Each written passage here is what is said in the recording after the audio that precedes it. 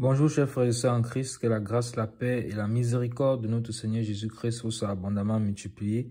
Bienvenue dans cette nouvelle vidéo de 7 minutes de pain quotidien du 29 mai 2025. Tout doucement, nous nous rapprochons la fin du mois de mai et nous rendons grâce au Seigneur qui jusqu'ici nous a soutenus et qui nous donne la grâce de continuer à avoir ce moment de partage dans sa parole. Nous allons lire aujourd'hui le verset 32 du chapitre 4 de Actes des Apôtres. Et donc, cela, c'est en poursuivant notre lecture. Et nous avions vu depuis le départ que les apôtres Pierre et Jean ont été menacés, ont été interrogés, ont été jetés en prison, tout simplement parce qu'ils avaient accordé la guérison par le Saint-Esprit à un homme qui se trouvait boiteux devant la porte du temple appelé la Belle, qui était là depuis plus de 40 ans et qui n'avait jamais marché de sa vie. Et donc, à cause de cela, à cause de ce que le peuple rendait grâce à Dieu, de ce miracle, de ce prodige qui s'est produit, à cause de cette joie qui est dans le peuple rendait gloire à Dieu. Donc, ces hommes, les chefs du temple, les sadducéens, les sacrificateurs, souvent sacrificateurs, les chefs du peuple se sont levés et ont accusé les apôtres. Pourquoi? Parce qu'ils voyaient bien que la gloire ne leur revenait plus. Ils voyaient bien que l'honneur revenait maintenant. Le peuple rendait gloire à Dieu. Et voilà pourquoi c'est toujours un problème dans ce que nous observons aujourd'hui dans les milieux dits chrétiens. Au lieu que la gloire revienne à Dieu, la gloire revient aux hommes. Et quand la gloire ne revient plus aux hommes, ça commence à créer des problèmes. Celui qui ne donne pas la gloire aux hommes a des problèmes. Or, la gloire doit revenir à Dieu seul.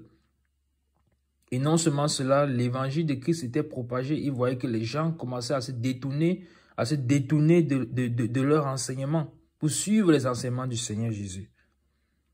Et de même, nous le voyons aujourd'hui, quand le Seigneur se révèle à un homme, à une femme, que là où tu te trouves, ce n'est pas là que je suis, ce n'est pas là que je t'attends. Tu es dans le catholicisme, dans toutes ces dénominations, dans tous ces systèmes établis par les hommes. Ce n'est pas ce que j'attends. C'est pas ce que j'attends, c'est pas cette position que je t'attends. Dès que tu sors de là, sous la révélation du Seigneur, tu commences à avoir des problèmes. Tu commences à être persécuté par ceux qui hier étaient jadis, entre guillemets, tes amis ou tes frères et sœurs. Vous voyez, rien de nouveau sous le soleil, rien de nouveau sous le soleil. C'est ce que la parole de Dieu nous déclare. Donc, nous allons vous lire ici, et nous avions donc vu que lorsqu'ils ont été relâchés, ne sachant comment les accuser, parce que bien évidemment, la puissante main de Dieu était là en action invisible, en train d'agir. Ils ont été relâchés, ils sont allés raconter tout ce qu'ils ont vécu aux frères et sœurs qui étaient en arrière, certainement en train d'intercéder pour eux.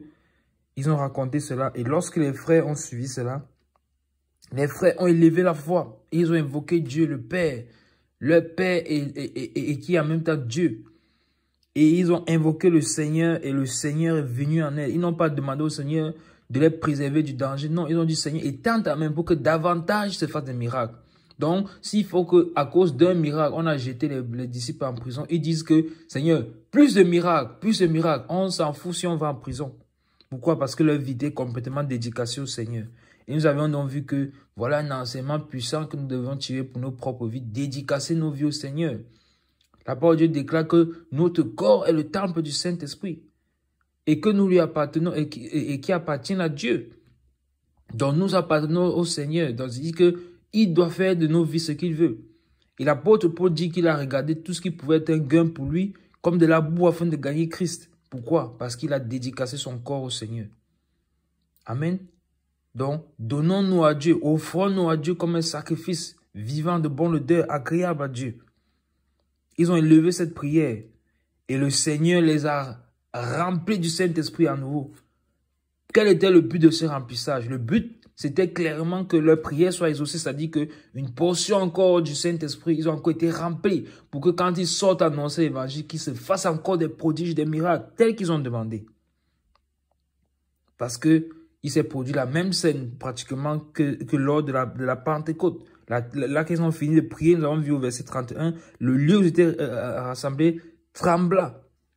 Et ils ont été remplis du Saint-Esprit. Et ils sont sortis annoncer la parole avec assurance. Aussitôt, ils sont sortis annoncer la parole avec assurance. Et donc, nous voyons donc maintenant à partir du verset 32, une autre partie va maintenant s'ouvrir Nous allons maintenant plonger les regards pour voir en fait comment est-ce qu'ils vivaient donc ensemble. Comment vivaient les frères remplis du Saint-Esprit? Comment est-ce qu'ils vivaient ensemble? Comment vivaient-ils?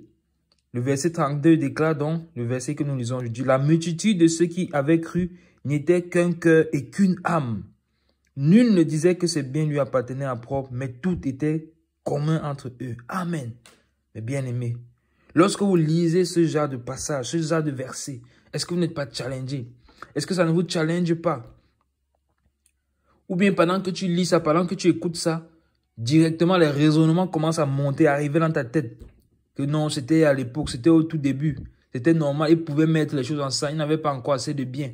Ils n'étaient pas encore suffisamment riches, donc ce qu'ils ont mis ensemble, c'était gérable, c'était des sommes gérables. Aujourd'hui, avec la richesse que nous avons, c'est difficile de mettre les choses en commun pour partager ensemble. Non, parce que vraiment, moi j'ai beaucoup travaillé, j'ai souffert pour avoir ce que j'ai et donc je ne peux pas mettre mes choses en commun. Ce que tu as souffert pour avoir ce que tu as, tu l'as reçu de qui? La terre entière, qui l'a créée? C'est Dieu. Et c'est lui qui donne. Tu es en train de travailler dans le champ de Dieu, c'est la terre que Dieu a créée. Et tu dis que tu as souffert pour avoir ce que tu as. Qu'as-tu que tu n'aies reçu? Et si tu l'as reçu, pourquoi te glorifies-tu comme si tu ne l'avais pas reçu? Vous voyez mes bien-aimés, la multitude de ceux qui avaient cru n'était qu'un cœur, mes bien-aimés, un cœur. On parlait d'une multitude, mais on dit un cœur. Et nous nous rappelons bien que dans le livre des Actes des Apôtres, chapitre 2, il s'est passé que le Saint-Esprit est venu et quand Pierre a pris la parole, 3000 âmes sont venues au Seigneur. 3000 âmes, mes bien-aimés. 3000. Et quand 3000 âmes viennent comme ça, et plus tard encore 2000, et ils sont si nombreux, mais on dit un cœur, et une âme, mes bien-aimés. Donc ce n'était pas juste des lèvres que oui, mon bien-aimé, nous sommes un en Christ, unis d'esprit, parce que le Seigneur a dit que nous sommes un, le Saint-Esprit est le même que nous avons reçu, alors nous sommes un. Non, c'était dans la pratique, un cœur et une âme. Et la suite donc du verset nous démontre effectivement que ça ne s'arrêtait pas aux théories, pas la théorie que nous avons aujourd'hui. Que oui, nous sommes un en Christ, non. Mais ton frère dans la souffrance, tu ne peux pas l'aider. Ta soeur a besoin de toi, tu lui fermes tes entrailles. Non, mes bien-aimés, non. La multitude de ceux qui avaient cru n'était qu'un cœur et qu'une âme. Et c'était la prière que le Seigneur a faite, l'une des toutes dernières prières qu'il a faites. Père, je prie que ce que tu m'as donné soit un, comme toi et moi nous sommes un. Où est l'importance que cela avait pour le Seigneur? Mais bien aimés, voici les fondamentaux dans lesquels nous devons retourner. Voici les fondamentaux auxquels nous devons retourner. Et si tu es en train d'écouter cette vidéo, ce message maintenant, et que dans ton cœur, je dis, nous ne pouvons pas retourner à cela parce que c'était avant que c'était comme ça, c'était au début de l'Église. Nous sommes maintenant dans les temps modernes, comme c'est toujours l'excuse qui est utilisée. La parole de Dieu a évolué. La parole de Dieu évolue, mes bien-aimés. La parole de Dieu n'évolue pas. Dieu ne change pas. Il est le même hier, aujourd'hui, éternellement. Sa parole ne change pas. Sa parole ne change pas. Et il est la parole. Et comment nous disons que la parole de Dieu doit évoluer, doit s'adapter au siècle présent? C'est ce que la parole de Dieu nous enseigne, mes bien-aimés. Non. Le Seigneur dit dans le livre de Jean que si quelqu'un veut se plaire au monde, l'amour du Père n'est point en lui. Si quelqu'un a l'amour de Dieu, l'amour du monde dans son cœur, l'amour du Père n'est point en lui, parce que nous ne pouvons pas être partagés. Notre cœur a besoin d'être entièrement donné au Seigneur, entièrement être attaché au Seigneur. Donc, il n'est pas question que la parole de Dieu s'adapte. C'est nous qui devons nous adapter à la parole de Dieu. Peu importe le développement social, moderne, tout ce qu'on veut dire, nous devons toujours revenir aux fondamentaux, mes bien-aimés. Et donc, ce genre de parole ne doit pas susciter en toi un désir d'égoïsme et tout. Tu dois savoir que je viens au Seigneur, j'appartiens au Seigneur. Et la suite donc dit, nul ne disait que ses biens lui appartenaient en propre, mais tout était commun entre eux. Tout était commun. Ils étaient communs entre eux. Ils partageaient tout ce qu'ils avaient. Ils partageaient. Parce qu'ils savaient que voilà les principes. Le Saint-Esprit vient nous pour établir l'unité entre nous. Donc toutes les divisions qui existent aujourd'hui dans le monde, entre les frères et sœurs, entre les bien-aimés, qui sont répartis dans diverses assemblées, dans diverses dénominations, ce n'est pas la volonté de Dieu, mes bien-aimés. La volonté de Dieu, c'est que nous soyons dans l'unité. Je ne parle pas de l'écuménisme, je parle de l'unité dans le corps de Christ, par le Saint-Esprit de Dieu. Amen. Nous arrêtons là pour aujourd'hui. Pour ne pas trop prolonger dans la vidéo, c'était tout pour les 7 minutes de pain quotidien de ce jour. Que la grâce, la paix et la miséricorde de notre Seigneur Jésus-Christ vous soient abondamment multipliées. Shalom.